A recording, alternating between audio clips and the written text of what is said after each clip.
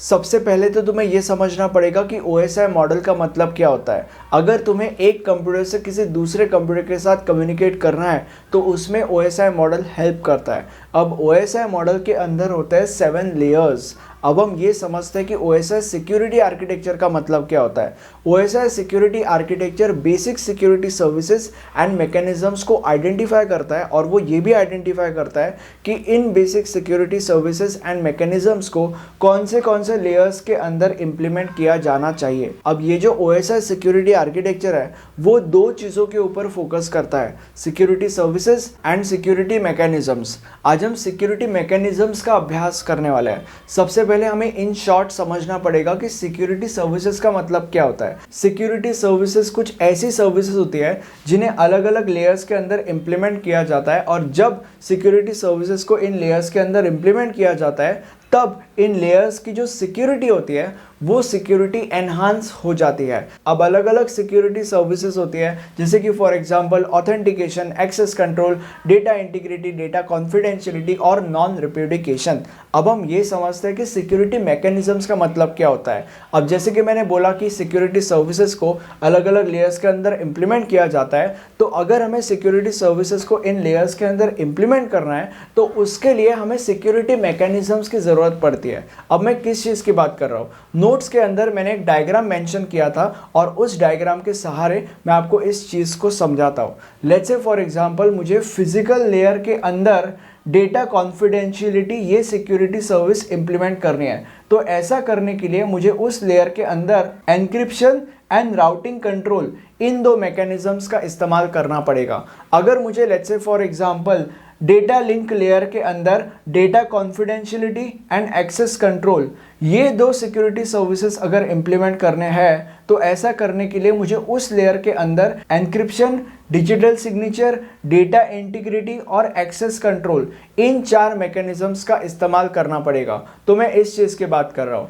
अब हर एक लेयर के अंदर अलग अलग सिक्योरिटी सर्विसेज होती है और उन सिक्योरिटी सर्विसेज को इंप्लीमेंट करने के लिए अलग अलग सिक्योरिटी मैकेनिज्म्स होते हैं। और अगर आप वो पूरा का पूरा टेबल देखना चाहते हो जिसके अंदर ये मेंशन किया गया है कि कौन से लेयर्स के अंदर कौन से सिक्योरिटी सर्विसेज होती है और उन सिक्योरिटी सर्विसेज को इंप्लीमेंट करने के लिए कौन से सिक्योरिटी मैकेनिज्म्स होते हैं, तो एक्चुअली वो एक बहुत बड़ा टेबल है। अगर आप मुझे इंस्टाग्राम पे वगैरह पूछोगे तो वो टेबल मैं आपको दे दूंगा। और क्योंकि वो टेबल बहुत बड़ा टेबल है इसलिए आपको वो टेबल एग्जाम में भी ड्रॉ करने की ज़रूरत नहीं है। बस आपको जो मैंने आपको अभी अभी बताया वो चीज़ समझने की ज़रूरत है। अब हम फिर से समझते हैं एक फ्लो में कि सिक्योरिटी मैकेनिज्म्स का मतलब क्या होता है। तो जैसे कि मैंने बोला था कि सिक्योरिटी सर्विसेज को अलग अलग लेयर्स के अंदर इंप्लीमेंट किया जाता है, तो इन सिक्योरिटी सर्विसेज को अगर इन लेयर्स के अंदर हमें इंप्लीमेंट करना है तो ऐसा करने के लिए हमें सिक्योरिटी मैकेनिज्म्स का इस्तेमाल करना पड़ता है। अलग अलग सिक्योरिटी मैकेनिज्म्स का इस्तेमाल किया जाता है अलग अलग सिक्योरिटी सर्विसेज को लेयर्स के अंदर इंप्लीमेंट करने के लिए। अब सिक्योरिटी मैकेनिज्म्स के बारे में ये भी कहा जाता है कि अगर सपोज एक सिस्टम के ऊपर अटैक हुआ है तो उस सिस्टम को अपने ओरिजिनल स्टेट तक रिकवर करने में सिक्योरिटी मैकेनिज्म हेल्प करता है। और सिक्योरिटी मैकेनिज्म के अंदर एक सिस्टम को अटैक से प्रिवेंट करने की भी काफ़ी हद तक काबिलियत होती है। और सपोज अगर एक सिस्टम के ऊपर अटैक हो रहा है तो उस अटैक को सिक्योरिटी मैकेनिज्म डिटेक्ट कर सकता है। अब एक सिक्योरिटी मैकेनिज्म सारे के सारे सर्विसेज प्रोवाइड नहीं कर सकती। इसका मतलब ये है कि जैसे कि तुम्हें पता है कि सिक्योरिटी के 3 गोल्स होते हैं, इंटीग्रिटी, कॉन्फिडेंशियलिटी एंड अवेलेबिलिटी। तो अगर एक सिस्टम के ऊपर अटैक हो रहा है तो एक सिक्योरिटी मैकेनिज्म सारे के सारे गोल्स का प्रोटेक्शन एंश्योर नहीं कर सकता, इसलिए हमें अलग अलग सिक्योरिटी मैकेनिज्म्स की ज़रूरत होती है। अब ये अलग अलग सिक्योरिटी मैकेनिज्म्स कौन से हैं? वो है encryption, digital signature, access control, data integrity, data padding, authentication वगैरह वगैरह वगैरह। ये सारे के सारे सिक्योरिटी मैकेनिज्म्स है। अब अगर एग्जाम की बात की जाए तो एग्जाम में सिक्योरिटी मैकेनिज्म्स के ऊपर 5 मार्क का क्वेश्चन आ सकता है जिसके अंदर आपको इन सारे के सारे सिक्योरिटी मैकेनिज्म्स को डिटेल में लिखने की ज़रूरत नहीं है। अगर आप इनमें से 5 भी सिक्योरिटी मैकेनिज्म्स को लिख लेते हो तो आपको पूरे के पूरे मार्क्स मिल जाएंगे। और इसीलिए हम आज इन सारे के सारे सिक्योरिटी मैकेनिज्म्स में से 5 सबसे इजी सिक्योरिटी मैकेनिज्म्स का अभ्यास करेंगे। बट फिर भी अगर आप चाहते हो कि मैं बाकी के सारे सिक्योरिटी मैकेनिज्म्स के ऊपर भी वीडियो बनाऊं तो आप मुझे कमेंट सेक्शन में वैसे बता सकते हो। मैं फिर बाद में डिटेल में उन मैकेनिज्म्स के ऊपर स्पेशल वीडियोस बनाऊंगा। अब हम इन 5 सिक्योरिटी मैकेनिज्म्स का अभ्यास अभ्यास करने वाले हैं। सबसे पहला सिक्योरिटी मैकेनिज्म इज एनसाइफरमेंट। एनसाइफरमेंट को एनक्रिप्शन भी कहा जाता है। अब एनक्रिप्शन के अंदर हम क्या करते हैं, लेट्स से फॉर एग्जांपल हमें इस सिस्टम से इस सिस्टम पे एक मैसेज सेंड करना है। तो जब हम इस सिस्टम से उस मैसेज को सेंड करेंगे, तब मैसेज को सेंड करने से पहले हम उस मैसेज को एनक्रिप्ट करेंगे। अब मैसेज को एनक्रिप्ट करने का क्या मतलब है? मैसेज को एनक्रिप्ट करने का मतलब ये है कि हम उस मैसेज को एक ऐसे फॉर्म में कन्वर्ट करेंगे जो फॉर्म एक नॉर्मल ह्यूमन समझ नहीं सकता, ठीक है। एंड फिर जब हम उस मैसेज को एनक्रिप्ट करेंगे तब वो मैसेज एक एनक्रिप्टेड मैसेज बन जाएगा, और ये जो एनक्रिप्टेड मैसेज है वो हम इस दूसरे सिस्टम को, जिसे हम सेंड करना चाहते हैं वो मैसेज, उस सिस्टम को सेंड कर देंगे। और अगर बीच में किसी तीसरे इंसान ने वो मैसेज ले भी लिया किसी भी तरीके से, तो कोई फ़र्क नहीं पड़ेगा, क्योंकि वो इंसान उस मैसेज को तो समझ ही नहीं पाएगा, राइट, क्योंकि वो तो एनक्रिप्टेड मैसेज है। अब जब वो मैसेज ये सिस्टम रिसीव करेगा, तब इस सिस्टम को पता होगा कि उस मैसेज को कैसे डिक्रिप्ट करना है, मतलब उसको पता होगा कि उस मैसेज को कैसे उसके ओरिजिनल फॉर्म में कन्वर्ट करना है, और फिर वो उस मैसेज को डिक्रिप्ट करेगा, और फिर उस मैसेज को डिक्रिप्ट करने के बाद वो मैसेज अपने ओरिजिनल फॉर्म में कन्वर्ट हो जाएगा, और फिर ये जो रिसीवर है वो उस मैसेज को रीड कर सकता है। तो एनक्रिप्शन का मतलब ये होता है। अब ये जो एनसाइफरमेंट है या ये जो एनक्रिप्शन है, इसके होते हैं अलग अलग मेथड्स, और उन अलग अलग मेथड्स में से जो सबसे ज़्यादा ईजी मेथड है उसका अभ्यास हम आज करने वाले हैं, और वो मेथड है सीजर साइफर। सीजर साइफर में क्या होता है, लेट्स से फॉर एग्जांपल मुझे इस सिस्टम से इस सिस्टम पे हाई ये मैसेज भेजना है, ठीक है, HI, दैट्स इट। तो अकॉर्डिंग टू एनक्रिप्शन मैं इस मैसेज को भेजने से पहले सबसे पहले एनक्रिप्ट करूंगा। तो सीजर साइफर ये कहता है कि अगर तुम्हें एक मैसेज को एनक्रिप्ट करना है तो उस मैसेज के अंदर जितने भी लेटर्स है, हर एक लेटर एक पर्टिकुलर अमाउंट आगे जंप करेगा। इसका मतलब क्या है? इसका मतलब ये है कि लेट्स से फॉर एग्जांपल वो जो अमाउंट है वो मैंने 3 पे सेट की, ओके, तो ये जो 3 अमाउंट है वो रिसीवर के लिए एक डिक्रिप्शन की बन जाएगा, ठीक है।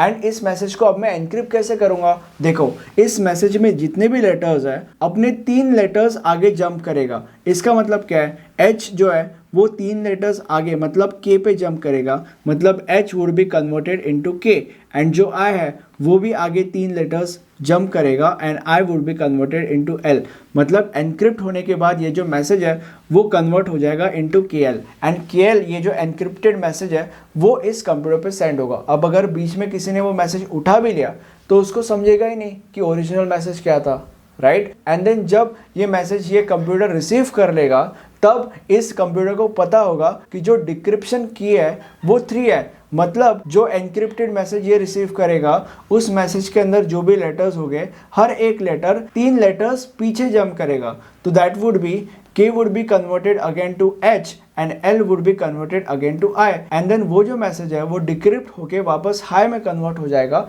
एंड इस तरीके से वो जो रिसीवर है वो उस मैसेज को पढ़ सकता है। अब हम समझते हैं कि डिजिटल सिग्नेचर का मतलब क्या होता है।